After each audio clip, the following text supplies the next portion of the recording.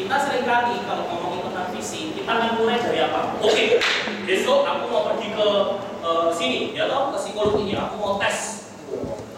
Cuma itu cari cara. Bulan kan? Kita lupa yang minta kamu siapa? Tuhan. Yang tahu istrimu siapa? Tuhan. Kita bingung sendiri, cari sendiri. Tuhan lagi ngomong ini.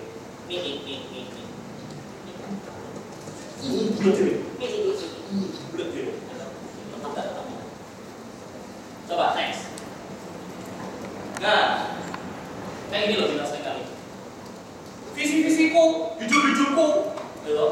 Apa yang kamu jatuh waktu ambil Tuhan? Hijau-hijauku, saat kamu mau ngapain? Oke, coba next. Saya mau cerita ini.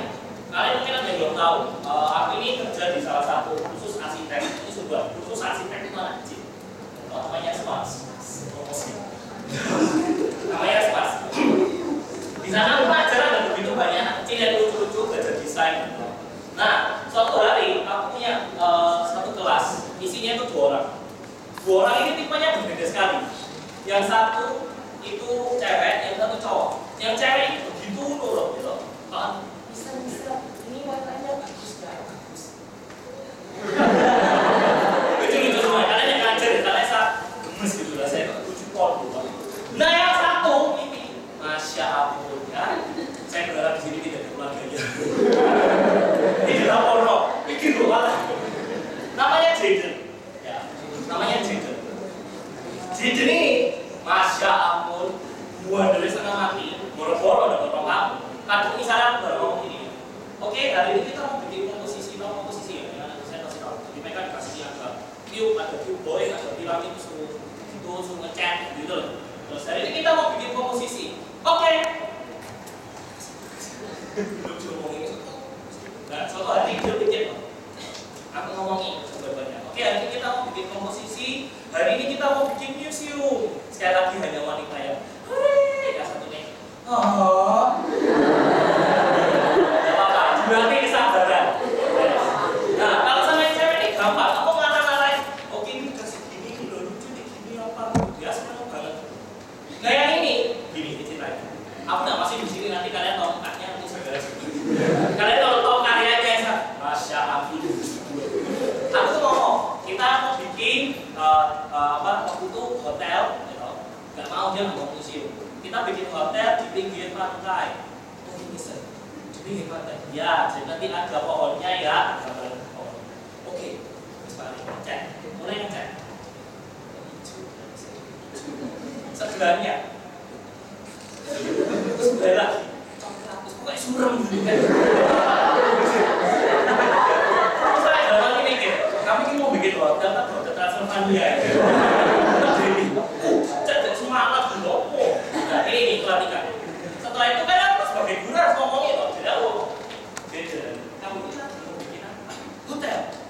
Hotel ini serem. Kamu kayak gini loh. Kamu tahu dia mau apa? Kamu harus sabar. Dia mau kayak gini. Shh, sir, I don't want to hear your opinion.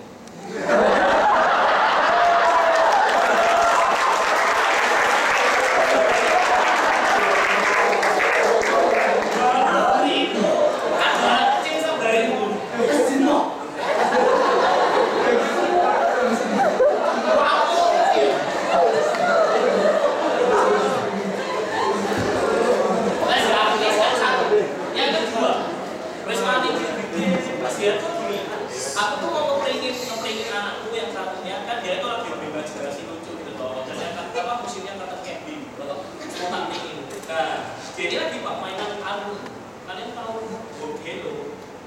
Ya tahu ya. Dia tuh suka pakai namanya Hello. Apa yang ngerti? Hello itu kan anak video sih. Nah itu dia cerita wala gitu. Terus dia bilang bisa training loh. Ya bisa sih kan gue coba jadi rame.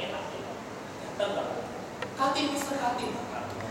Kamu tahu army itu 20 semua. Karena aku waktu itu kayak loh bervariasi. Saya pikir pasti mau pulang. Potong semua, berdiri di dekat hotel itu. Kamu jadi guru ya mana gitu. Aku nanya, Jaden ini bikin apa? Hello Headquarters. Terus bikin hotel. Terus apa lagi?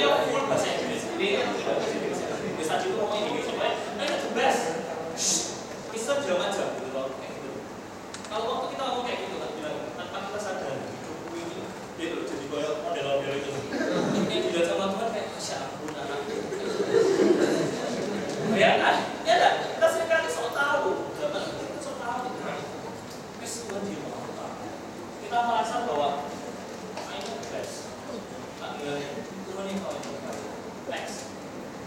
Kembali ke tadi, kalau kamu nggak tahu cara pakainya, apa yang harus kamu lakukan? Ya Google. Kamu tanya ke orang ini, kamu mesti coba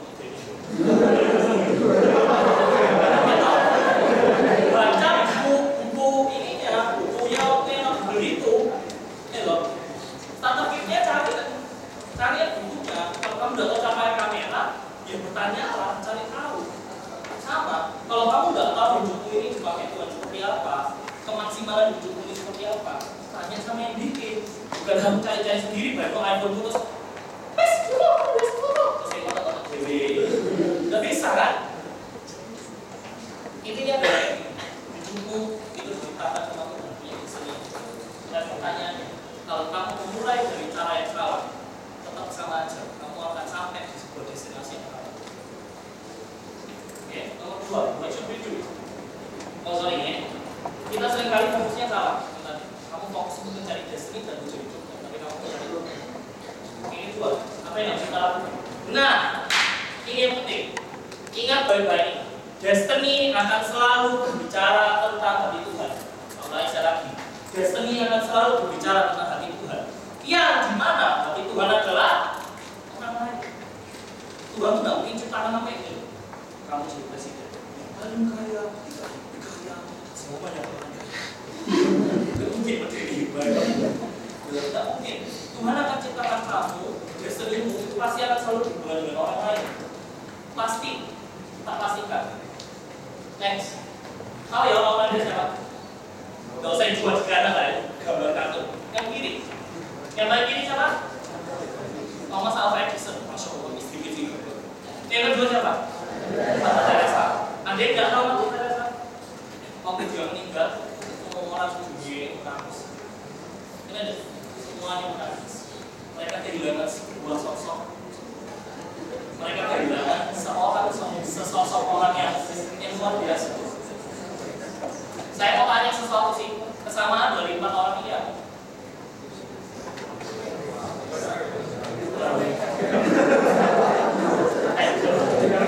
Apa kesamaannya?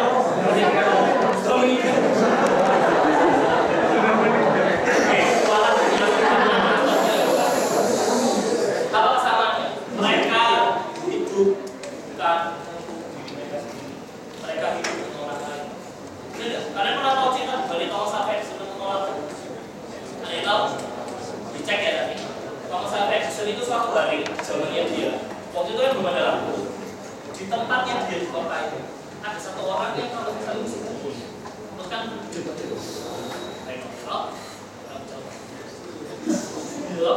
terus ada satu orang yang nyalain lampu jalan. Tadi kau ini semua masuk. Dia nyalain, bum, nyalain, bum, bum. Baru tadi, bum.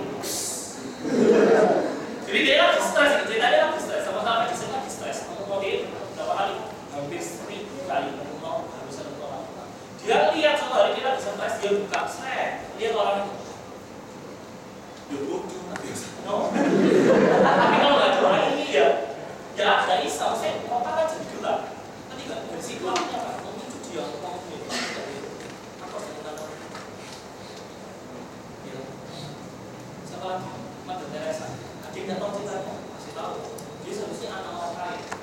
Tapi karena belas kasihannya itu waktu mereka dia beli orang itu, apa yang dia lakukan? Dia tinggalkan semuanya yang ada di dia. Yang ketiga, usaha. Tahu nggak usaha siapa? Dia seharusnya waktu itu kayak anaknya raja. Dia anaknya raja. Bisa nggak dia memilih waktu saya apa ada orang yang memilih? Oh bagus, kurang itu kan kurang mata itu terus. Bisa nggak? Bisa. Tapi sekali lagi, anak belas kasihan yang buat orang Israel yang dalam tanda kutip dia memang itu hanya dia sendiri. Dia korbankan kenyamanan. Yang terakhir, Daud. Daud itu selalu tetap jadi anak yang merah-merah kayaknya. Mestinya nih domba dosa mesti bangsa Israel susah tidak terpisah. Tapi dia memilih hal yang berbeda. Dengarkan teman-teman semuanya. Kalau kamu mau jadi story maker, kalau kamu mau berubah dari orang yang selalu menangisi dirinya sendiri di kamar, dan kamu jadi seseorang yang bisa mengubah dunia, Sama anak saya, 7 tahun kemarin. Saya mau tanya sih, jawab dari diri sendiri. Apa alasanmu kamu mau jadi astor? Kalau alasanmu hanya gini, apa pengalaman? Capek tengok mimpi-mimpi hari. Kenapa? Dari kamu sedang ada di tempat yang salah. Kita di astor ini sekali tambah jadi astor sih. Tapi maksudnya gini, aku melihat bahwa kamu jadi astor ini sebuah kesempatan. Kamu bisa praktek hidup di orang lain. It's not about you. Ini bukan tentang KPM. Aku nggak peduli tentang KPM. Aku nggak peduli tentang pengalamanmu. Bukan itu yang mencari. Yang mencari itu adalah orang-orang yang mau menyediakan hidupnya, yang menyediakan waktunya, yang mau menyediakan hatinya. Berani. Bisa aja loh ya, anak astormu itu ada model kayak gitu. Aku aja cerita sama satu anak yang lain, kok masih ngomongin itu, misalnya kayak dia sedikit cek rame deh. Bisa nggak kamu tetap punya hati itu cek? Tak bilang, gue nak mencari orang lain.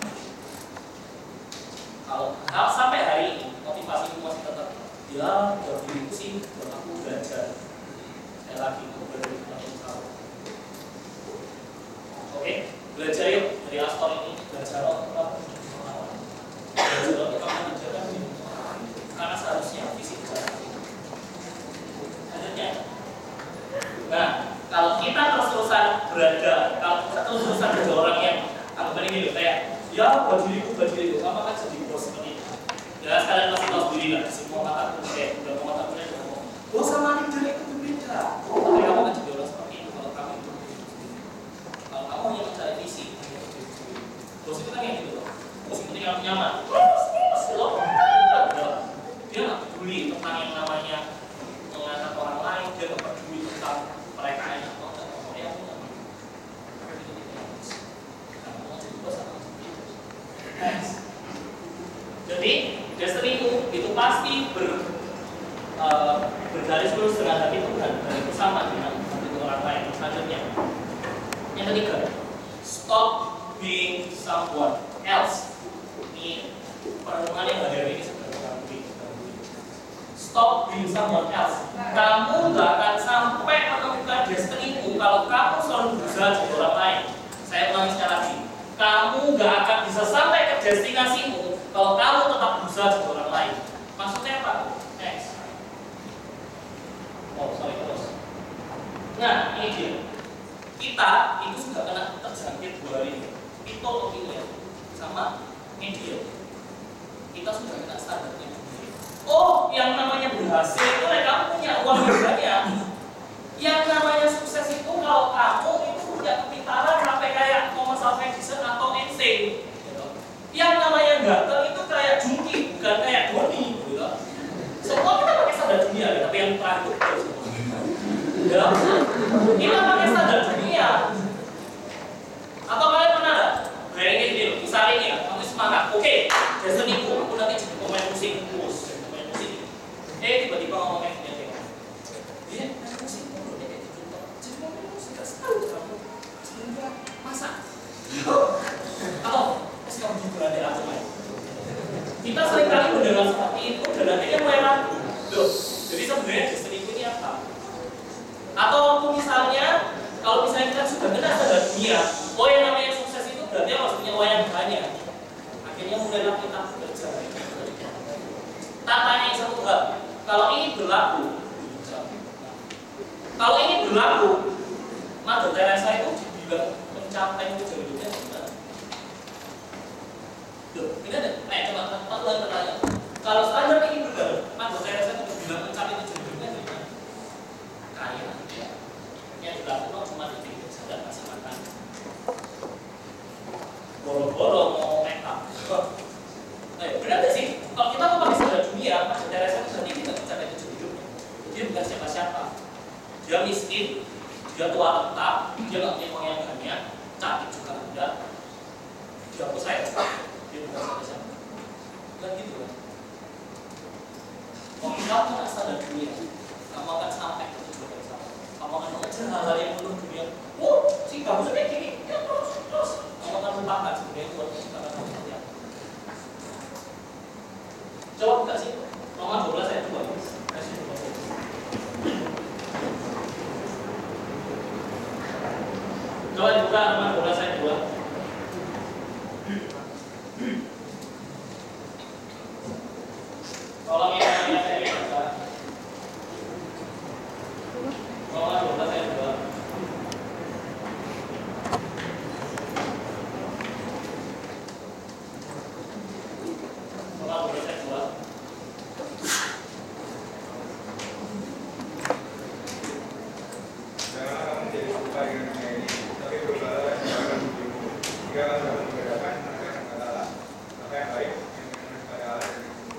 Oke, saya bukakan versi message-nya. Di situ dikatakan ini. Don't become so well adjusted to your culture that you fit into it without even thinking. Instead, fix your attention on God. You'll be changed from the inside out. Gradually recognize what He wants from you and quickly respond to it. Dengarkan ini baik-baik. Unlike the culture around you, always breaking you down to its level of immaturity. Tidak seperti budaya di sekitarmu yang selalu menarik kamu ke bawah sampai ke level ketidakdewasaan mereka. Saya mau tanya sesuatu. Kalau Tuhan ngomong seperti ini, kita ngomong seperti ini, breaking you down, berarti sebenarnya secara standar kita yang di atas atau standar dunia yang di atas? Kita yang di atas. Dunia sudah ngomongnya salah. Kamu mau dilihat orang, kamu harus cantik kayak ini. Kalau kamu dilihat orang, kamu harus sukses ini. Jelas-jelas Tuhan ngomong, the world breaking you down. Kita sedang ditipu. Lanjutannya, God, unlike the culture around you, always breaking you down to its level of immaturity. God brings the best out of you, develops the full maturity in you. Tuhan yang bisa membuat kita, apa sih? Ada kata-kata di situ. Brings the best out of you. Out of you. Berarti saya mau tanya, the bestnya itu sudah ada di dalam dirimu atau di luar? Sudah ada di dalam. Kan lucu loh, kebenarannya sudah diomong seperti ini. Tuhan sudah kasih kamu koper yang tadi aku bilang, gitu. Kita semua sudah punya koper itu, sudah ada di dalam, tinggal kita keluarkan, kita cari, kita gali. Tapi kita lebih tertarik untuk yang ada dunia. Dan kita lupakan sebenarnya the bestnya itu di dalam diri sendiri. Kalau buat saya, itu menyedihkan. Orang yang paling malang yang tinggal di dunia, orang yang malang, orang yang paling malang di dunia itu adalah orang yang nggak tahu bahwa dirinya sedang berada di atas. Kalian tahu masalah tentang Papua ya? Kalau kita mencari orang tuh boleh menyedihkan kalau orang Papua kelaparan di atas. Jadi kayak kan di situ kaya gitu tanahnya, tapi mereka tuh kelaparan aja. Itu juga sama. Hidupmu kalau kamu udah tahu senimu apa, kalau kamu udah tahu Tuhan itu kasih apa di dalam hidupmu, dan kamu ngomongnya sendiri sama dunia, kasih apa? Kamu orang yang itu juga. Tuhan sudah kasih destiny yang hebat. Oke, lanjutnya. Memang dulu nomor 1 tadi, start with God. Yang kedua, visi itu soal bicara dengan hati Tuhan. Yang ketiga, stop being someone else. Yang keempat, community. Saat kamu punya sebuah visi yang besar, tapi kamu dikelilingi sama orang-orang yang salah, itu akan salah. Kalau kamu seekor singa dan kamu tinggal sama kucing, ya wes, kayak kata-kata nasib banget sama kayak kucing. Bisa tidak? Yang lain ketemu orang, kamu gak akan bisa jadi seekor singa. Coba next. Kata-kata ini aku temukan di internet sekitar tapi kata-kata ini surround yourself with people whose dreams are as big as yours. Kelilingi dirimu dengan orang-orang yang punya mimpi yang sama. Ingat gue yang keren. If you want to be a lion, you must train with lions. Kalau kamu punya mimpi yang besar, tapi kamu kelilingi sama orang-orang yang punya mimpi yang kecil, kamu akan lama-lama benar. Aku punya anak orang, dia punya mimpi yang memang lucu sih, memang lucu dan memang agak jelek. Dia seringkali cerita ada, kok aku ini cerita dengan orang, mesti ketawa. Dan aku mesti ketawa ya. Soalnya itu sih, ya karena mereka punya mimpi yang besar. Hanya seorang pemimpin yang besar, yang bisa berusaha mimpi yang besar, dan mereka akan salah. Kalian tahu film Tomorrowland? Tahu ya? Aku lupa kata-kata tepatnya. Waktu itu yang robot itu, yang kayak kecil, dia ngomong, ayo kamu itu kan bisa ngomong mimpi yang lain. Jadi Tomorrowland itu kan bisa tentang pemimpin yang mulai besar. Kenapa? Karena kalau kamu berada di dunia yang biasa dan kamu ngomong, aku mau membangun sebuah tempat yang gini, apa yang maksud? Kan ketawa ya. Jadi kesimpulannya, punya komunitas, punya orang-orang yang ada di sekitarmu yang akan selalu bervisi. Yang mereka sendiri juga punya visi yang besar. Karena orang yang kecil, kalian pada dengar ini kan? Orang yang kecil hanya akan selalu mengomongkan dari kecil. Orang yang besar akan selalu ngomong dari besar. Orang yang kecil hanya akan bisa ngomongin orang lain.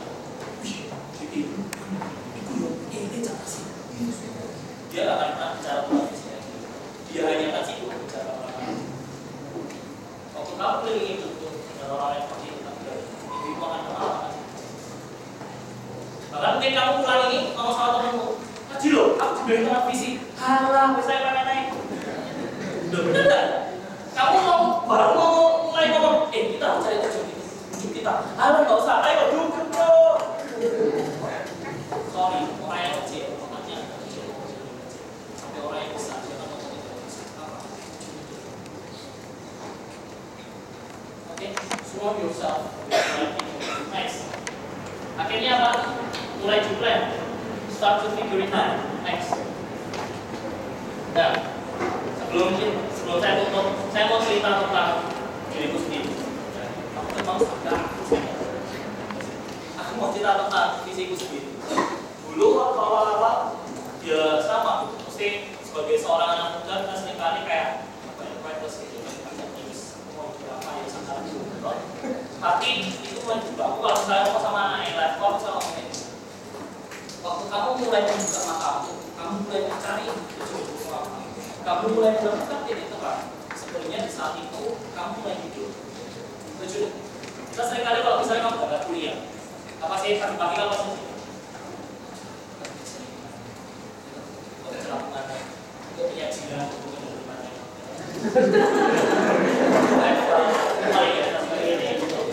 Kamu bangun pagi, kalau jawabannya sudah aduh, itu mulai sudah tanda. Tapi tidak ada tujuan. Karena waktu aku mulai ngerti apa yang harus aku kerja, aku mulai ngerti aku harus melakukan apa yang harus aku bangun pagi, waktu kuliah, itu langsung excited. Oke, aku harus jalan ini.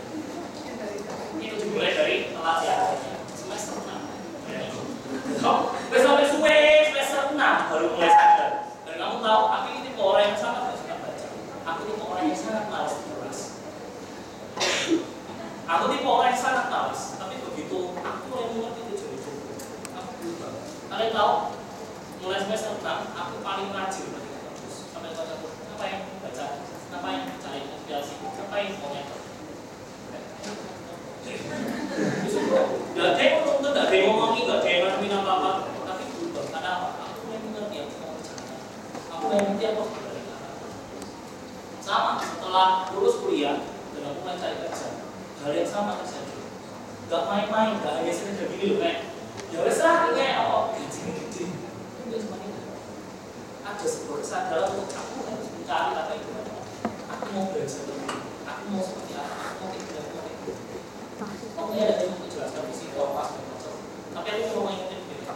Waktu kamu tidak punya visi, waktu kamu tidak punya, kamu tidak tahu destiny apa, kamu akan kekurangan bahan bakar untuk melakukan itu. Kamu akan kehilangan excited.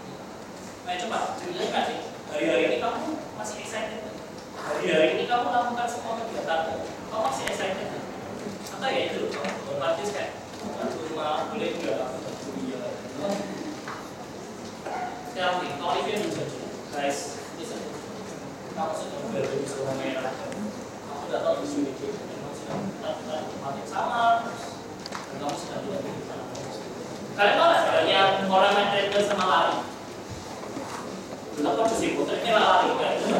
Apa perbedaannya kamu lari di taman sama kamu lari di treadmill? Apa perbedaannya? Kalau kamu di taman, waktu kamu lari ya kamu kan pindah tempat. Kalau kamu pada treadmill, capeknya sama, benar? Capeknya sama. Kamu mau lari dengan kecepatan yang sama, jatuh itu bisa jatuh. Dengan kamu lari di taman, kecepatannya sama, capeknya sama, sama. Mengeluarkan keringetnya sama. Dan ada keringetnya kanan. Terus tangan keringetnya nggak ada. Jadi ditanya dari itu, benar nggak? Kamu lari di treadmill sama kamu lari di taman itu sama. Effortnya sama, capeknya sama, tapi perbedaannya simpel. Apa? Kalau kamu lari di atas treadmill, kamu nggak akan kemana-mana. Orang yang nggak punya visi, kamu nggak akan lari kemana-mana. Capek. Pulang kuliah harus kabeh, terus jangan sesuatu pulang terus kayak capek. Tapi nggak bertahan. Makanya simpel tadi aku ngomong. Kalau kalian di tempat ini, kalian jelas kok hanya untuk memenuhi standar sendiri. Kamu hanya mau bisa disuruh, soalnya gini. Tak bilangin, kamu akan capek, kamu nggak akan dapat apa-apa. Kamu akan mengalami yang capek sama kayak temanmu. Sama-sama stres, mungkin anak yang nggak sebelumnya, gitu. Stres, oleh gini. Sama stresnya. Tapi in the end of the day, you will get nothing.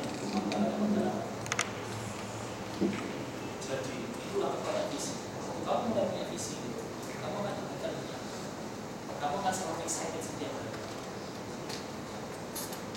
Ini bukan hanya masalah aku orangnya kalau excited, enggak. Aku baru pagi kalau belajar waktu, saya pernah belajar ngomong gitu kan. Kamu ini pakai tenaga matahari, enggak pernah misalnya. Aku yang bangun pagi itu kayak, oh hari ini aku mau ngerjakan ini. Bahkan tadi hari ini aku mau jadi pembicara di sini, aku excited dari pagi kan. Semua, aku excited kan saat aku bertemu dengan kalian. Kenapa sih? Oh, karena visiku bicara tentang anak muda. Nah, itu loh guys. Waktu kita punya tujuan hidup, waktu kita tahu destiny yang kita mau, you will get excited all the time.